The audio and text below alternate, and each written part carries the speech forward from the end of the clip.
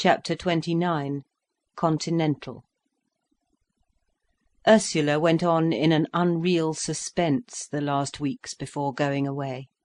She was not herself, she was not anything, she was something that is going to be soon, soon, very soon. But as yet she was only imminent. She went to see her parents. It was a rather stiff, sad meeting, more like a verification of separateness than a reunion. But they were all vague and indefinite with one another, stiffened in the fate that moved them apart. She did not really come to until she was on the ship crossing from Dover to Ostend. Dimly she had come down to London with Birkin. London had been a vagueness, so had the train journey to Dover.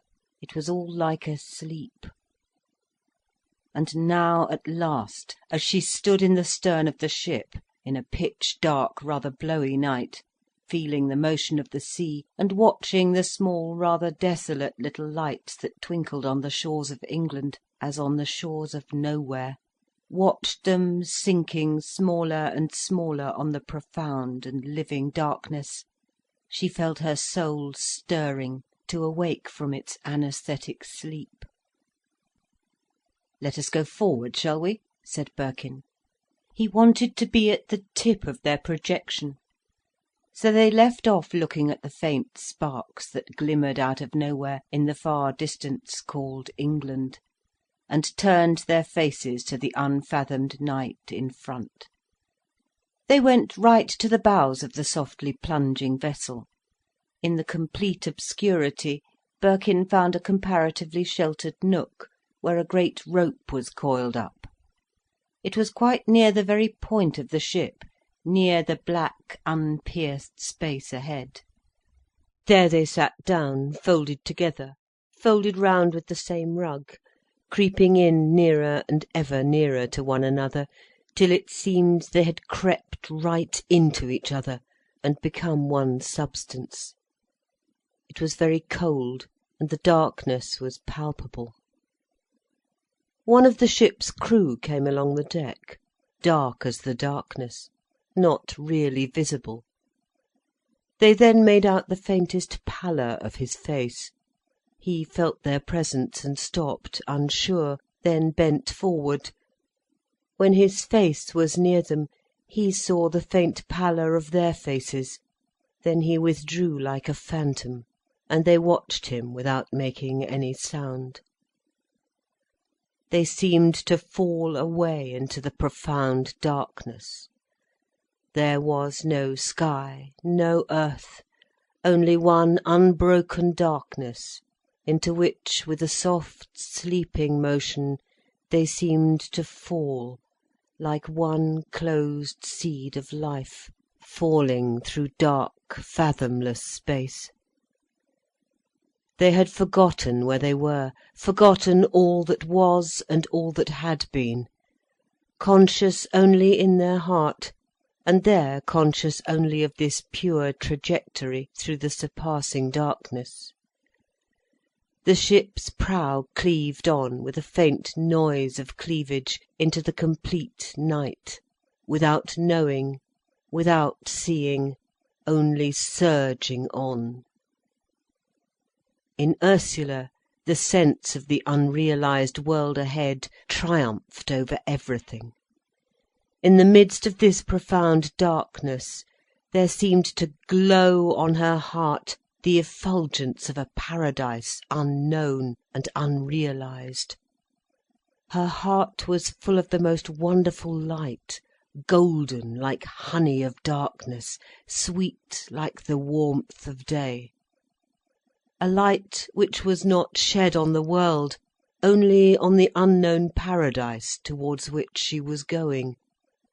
A sweetness of habitation, a delight of living quite unknown, but hers infallibly. In her transport she lifted her face suddenly to him, and he touched it with his lips. So cold, so fresh, so sea-clear her face was, It was like kissing a flower that grows near the surf. But he did not know the ecstasy of bliss in foreknowledge that she knew. To him, the wonder of this transit was overwhelming. He was falling through a gulf of infinite darkness, like a meteorite plunging across the chasm between the worlds. The world was torn in two, and he was plunging like an unlit star through the ineffable rift. What was beyond was not yet for him. He was overcome by the trajectory. In a trance he lay enfolding Ursula round about. His face was against her fine fragile hair. He breathed its fragrance with the sea and the profound night, and his soul was at peace, yielded as he fell into the unknown. This was the first time that an utter and absolute peace had entered his heart, now in this final transit out of life. When there came some stir on the deck, they roused. They stood up. How stiff and cramped they were in the night time! And yet the paradisal glow on her heart, and the unutterable peace of darkness in his, this was the all in all. They stood up and looked ahead. Low lights were seen down the darkness. This was the world again. It was not the bliss of her heart, nor the peace of his. It was the superficial, unreal world of fact. Yet not quite the old world, for the peace and the bliss in their hearts was enduring. Strange and desolate above all things, like disembarking from the Styx into the desolated underworld, was this landing at night. There was the raw, half-lighted, covered-in vastness of the dark place, boarded and hollow underfoot, with only desolation everywhere. Ursula had caught sight of the big, pallid, mystic letters Ostend, standing in the darkness. Everybody was hurrying with a blind, insect-like intentness through the dark grey air. Porters were calling in un-English English, then trotting with heavy bags, their colourless blouses looking ghostly as they disappeared. Ursula stood at a long, low, zinc-covered barrier, along with hundreds of other spectral people, and all the way down the vast, raw darkness was this low stretch of open bags and spectral people, whilst on the other side of the barrier pallid officials in peaked caps and moustaches were turning the underclothing in the bags, then scrawling a chalk mark. It was done. Birkin snapped the handbags. Off they went, the porter coming behind. They were through a great doorway, and in the open night again. Ah, a railway platform. Voices were still calling in human agitation through the dark grey air. Spectres were running along the darkness between the train. Köln, Berlin, Ursula made out on the boards hung on the high train on one side.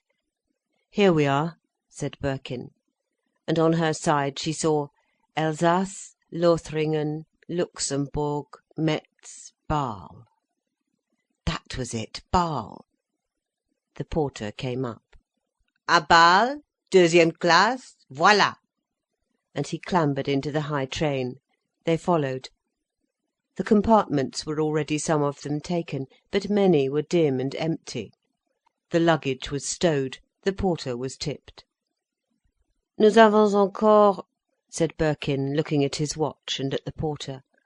Encore une demi-heure, with which in his blue blouse he disappeared. He was ugly and insolent. Come, said Birkin, it is cold, let us eat. There was a coffee wagon on the platform. They drank hot, watery coffee, and ate the long rolls, split, with ham between, which was such a wide bite that it almost dislocated Ursula's jaw, and they walked beside the high trains. It was all so strange, so extremely desolate, like the underworld, grey, grey, dirt grey, desolate, forlorn, nowhere, grey, dreary nowhere. At last they were moving through the night. In the darkness Ursula made out the flat fields, the wet, flat, dreary darkness of the continent. They pulled up surprisingly soon, Bruges, then on through the level darkness, with glimpses of sleeping farms and thin poplar trees and deserted highroads. She sat dismayed, hand in hand with Birkin.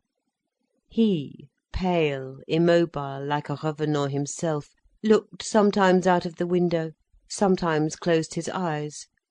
Then his eyes opened again, dark as the darkness outside. A flash of a few lights on the darkness. Ghent station. A few more spectres moving outside on the platform, then the bell, then motion again through the level darkness. Ursula saw a man with a lantern come out of a farm by the railway and cross to the dark farm buildings. She thought of the marsh, the old, intimate farm life at Cossethay. My God, how far was she projected from her childhood? How far was she still to go? In one lifetime, one travelled through eons. The great chasm of memory, from her childhood in the intimate country surroundings of Cossethay and the Marsh Farm. She remembered the servant Tilly, who used to give her bread and butter sprinkled with brown sugar, in the old living room where the grandfather clock had 2 pink roses in a basket, painted above the figures on the face. And now, when she was travelling into the unknown with Birkin, an utter stranger, was so great that it seemed she had no identity, that the child she had been, playing in Cossethay churchyard, was a little creature of history, not really herself. They were at Brussels, 30 minutes for breakfast. They got down. On the great station clock it said 6 o'clock. They had coffee and rolls and honey in the vast desert refreshment room, so dreary, always so dreary, dirty, so spacious, such desolation of space. But she washed her face and hands in hot water and combed her hair. That was a blessing. Soon they were in the train again and moving on. The greyness of dawn began. There were several people in the compartment, large, florid Belgian businessmen with long brown beards, talking incessantly in an ugly French she was too tired to follow. It seemed the train ran by degrees out of the darkness into a faint light, then beat after beat into the day. Oh, how weary it was! Faintly the trees showed like shadows. Then a house, white, had a curious distinctness. How was it?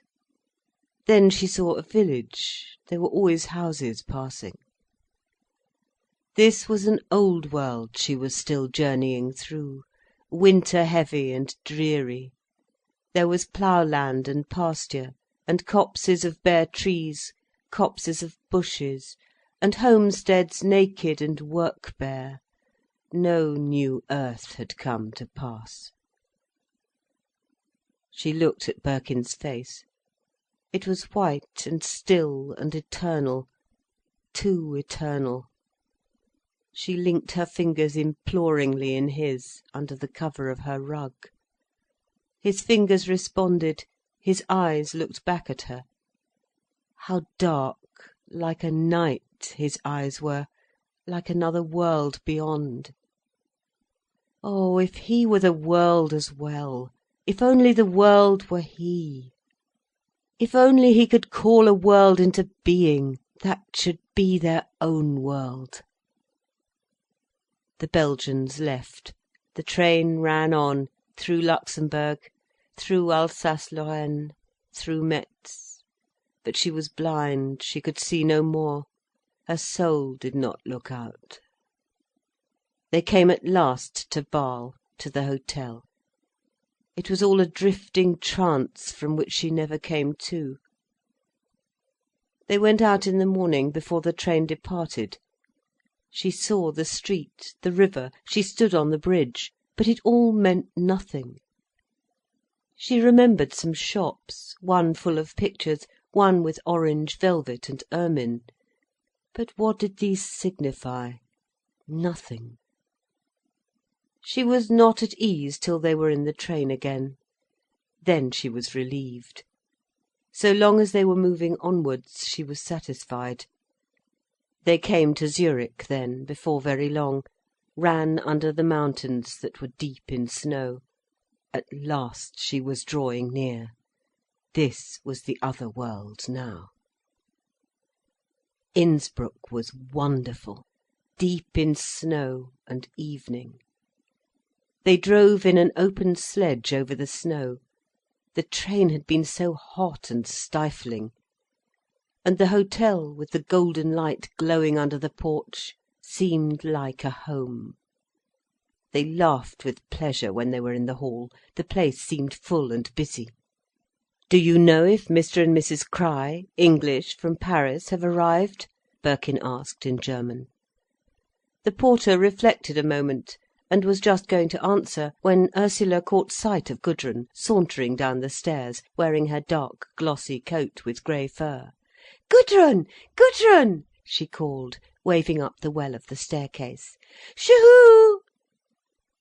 Gudrun looked over the rail, and immediately lost her sauntering, diffident air. Her eyes flashed. "Really, Ursula!" she cried. And she began to move downstairs as Ursula ran up. They met at a turn and kissed with laughter and exclamations inarticulate and stirring.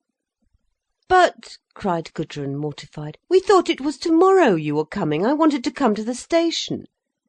"No, we've come today," cried Ursula. "Isn't it lovely here?" "Adorable," said Gudrun. "Gerald's just gone out to get something. Ursula, aren't you fearfully tired?" "No, not so very. But I look a filthy sight, don't I?" "No, you don't. You look almost perfectly fresh. I like that fur cap immensely." She glanced over Ursula, who wore a big soft coat, with a collar of deep soft blonde fur, and a soft blonde cap of fur. "And you," cried Ursula, "what do you think you look like?" Gudrun assumed an unconcerned, expressionless face. "Do you like it?" she said. "It's very fine," cried Ursula, perhaps with a touch of satire. "Go up or come down," said Birkin.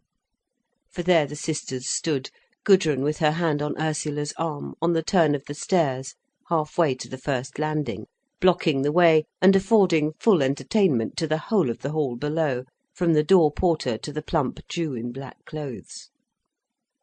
The two young women slowly mounted, followed by Birkin and the waiter. "First floor?" asked Gudrun, looking back over her shoulder. "Second, madame, the lift," the waiter replied. And he darted to the elevator to forestall the two women. But they ignored him, as, chattering without heed, they set to mount the second flight. Rather chagrined, the waiter followed. It was curious, the delight of the sisters in each other at this meeting. It was as if they met in exile, and united their solitary forces against all the world. Birkin looked on with some mistrust and wonder. When they had bathed and changed, Gerald came in. He looked shining like the sun on frost. "Go with Gerald and smoke," said Ursula to Birkin. "Gudrun and I want to talk."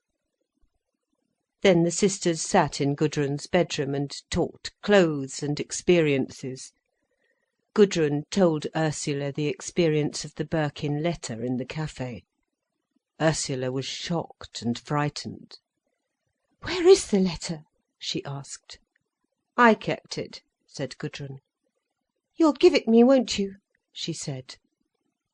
But Gudrun was silent for some moments before she replied: "Do you really want it, Ursula?" "I want to read it," said Ursula. "Certainly," said Gudrun. Even now, she could not admit to Ursula that she wanted to keep it, as a memento or a symbol. But Ursula knew, and was not pleased. So the subject was switched off. "What did you do in Paris?" asked Ursula. "Oh," said Gudrun laconically, "the usual things. We had a fine party one night in Fanny Bath's studio." "Did you? And you and Gerald were there? Who else? Tell me about it." "Well," said Gudrun, "there's nothing particular to tell. You know Fanny is frightfully in love with that painter Billy Macfarlane. He was there, so Fanny spared nothing. She spent very freely. It was really remarkable. Of course everybody got fearfully drunk, but in an interesting way, not like that filthy London crowd. The fact is, these were all people that matter, which makes all the difference. There was a Romanian, a fine chap. He got completely drunk and climbed to the top of a high studio ladder and gave the most marvellous address. Really, Ursula, it was wonderful. He began in French. La vie, c'est une affaire d'âme impériale, in a most beautiful voice. He was a fine-looking chap. But he'd got into Romanian before he'd finished, and not a soul understood. But Donald Gilchrist was worked to a frenzy. He dashed his glass to the ground and declared, by God, he was glad he had been born. By God, it was a miracle to be alive. And do you know, Ursula, so it was." Gudrun laughed rather hollowly. "But how was Gerald among them all?" asked Ursula. "Gerald? Oh my word, he came out like a dandelion in the sun. He's a whole Saturnalia in himself, once he is roused. I shouldn't like to say whose waist his arm did not go round. Really, Ursula, he seems to reap the women like a harvest. There wasn't one that would have resisted him. It was too amazing. Can you understand it?" Ursula reflected, and a dancing light came into her eyes. "Yes," she said, "I can. He is such a whole hogger." "Whole hogger? I should think so!" exclaimed Gudrun. "But it is true, Ursula. Every woman in the room was ready to surrender to him. Chanticleer isn't in it. Even Fanny Bath, who is genuinely in love with Billy Macfarlane. I never was more amazed in my life. And, you know, afterwards, I felt I was a whole room full of women. I was no more myself to him than I was Queen Victoria. I was a whole room full of women at once. It was most astounding. But my eye, I'd caught a sultan that time." Gudrun's eyes were flashing, her cheek was hot. She looked strange, exotic, satiric. Ursula was fascinated at once, and yet uneasy. They had to get ready for dinner. Gudrun came down in a daring gown of vivid green silk and tissue of gold, with green velvet bodice, and a strange black and white band round her hair. She was really brilliantly beautiful, and everybody noticed her. Gerald was in that full-blooded, gleaming state when he was most handsome. Birkin watched them with quick, laughing, half-sinister eyes. Ursula quite lost her head. There seemed a spell, almost a blinding spell, cast round their table, as if they were lighted up more strongly than the rest of the dining room. "Don't you love to be in this place?" cried Gudrun. "Isn't the snow wonderful? Do you notice how it exalts everything? It is simply marvellous. One really does feel übermenschlich, more than human." "One does," cried Ursula. "But isn't that partly the being out of England?" "Oh, of course," cried Gudrun. "One could never feel like this in England, for the simple reason that the damper is never lifted off one there. It is quite impossible really to let go in England, of that I am assured." And she turned again to the food she was eating. She was fluttering with vivid intensity. "It's quite true," said Gerald. "It never is quite the same in England. But perhaps we don't want it to be. Perhaps it's like bringing the light a little too near the powder magazine, to let go altogether in England. One is afraid what might happen if everybody else let go." "My God!" cried Gudrun. "But wouldn't it be wonderful if all England did suddenly go off like a display of fireworks?" "It couldn't," said Ursula. "They're all too damp. The powder is damp in them." "I'm not so sure of that," said Gerald. "Nor I," said Birkin. "When the English really begin to go off, en masse, it'll be time to shut your ears and run." "They never will," said Ursula. "We'll see," he replied. "Isn't it marvellous," said Gudrun, "how thankful one can be to be out of one's own country? I cannot believe myself, I'm so transported, the moment I set foot on a foreign shore. I say to myself, here steps a new creature into life." "Don't be too hard on poor old England," said Gerald. "Though we curse it, we love it really." To Ursula there seemed a fund of cynicism in these words. "We may," said Birkin, "but it's a damnably uncomfortable love. Like a love for an aged parent who suffers horribly from a complication of diseases for which there is no hope." Gudrun looked at him with dilated, dark eyes. "You think there is no hope?" she asked, in her pertinent fashion. But Birkin backed away. He would not answer such a question. "Any hope of England's becoming real? God knows. It's a great actual unreality now, an aggregation into unreality. It might be real if there were no Englishmen." "You think the English will have to disappear?" persisted Gudrun. It was strange, her pointed interest in his answer. It might have been her own fate she was inquiring after. Her dark, dilated eyes rested on Birkin, as if she could conjure the truth of the future out of him, as out of some instrument of divination. He was pale. Then, reluctantly, he answered: "Well, what else is in front of them but disappearance?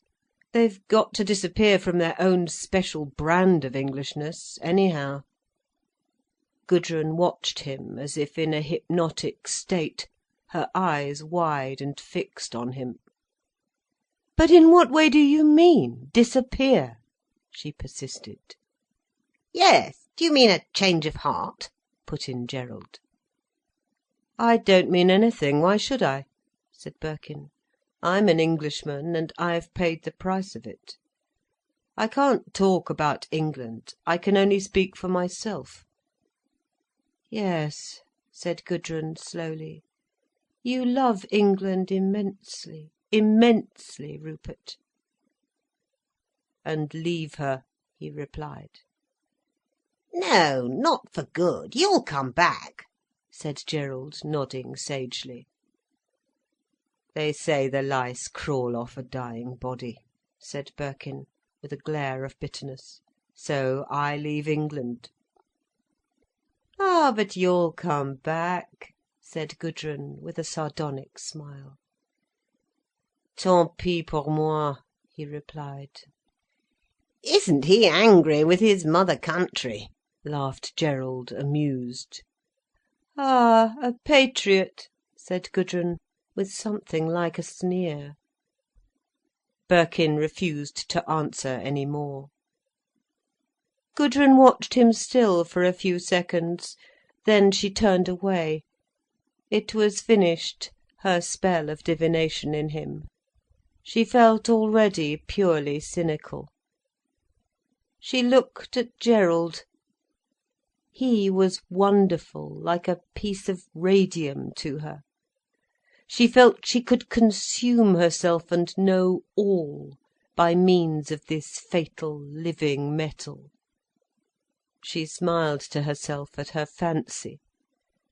And what would she do with herself, when she had destroyed herself? For if spirit, if integral being is destructible, matter is indestructible. He was looking bright and abstracted, puzzled for the moment. She stretched out her beautiful arm with its fluff of green tulle, and touched his chin with her subtle artist's fingers. "What are they, then?" she asked, with a strange, knowing smile. "What?" he replied, his eyes suddenly dilating with wonder. "Your thoughts." Gerald looked like a man coming awake. "I think I had none," he said. "Really?" she said, with grave laughter in her voice. And to Birkin it was as if she killed Gerald with that touch. "Ah, but," cried Gudrun, "let us drink to Britannia! Let us drink to Britannia!" It seemed there was wild despair in her voice. Gerald laughed and filled the glasses. "I think Rupert means," he said, "that nationally all Englishmen must die, so that they can exist individually and—" "Supernationally," put in Gudrun, with a slight ironic grimace, raising her glass. End of the first part of chapter 29. Recording by Ruth Golding.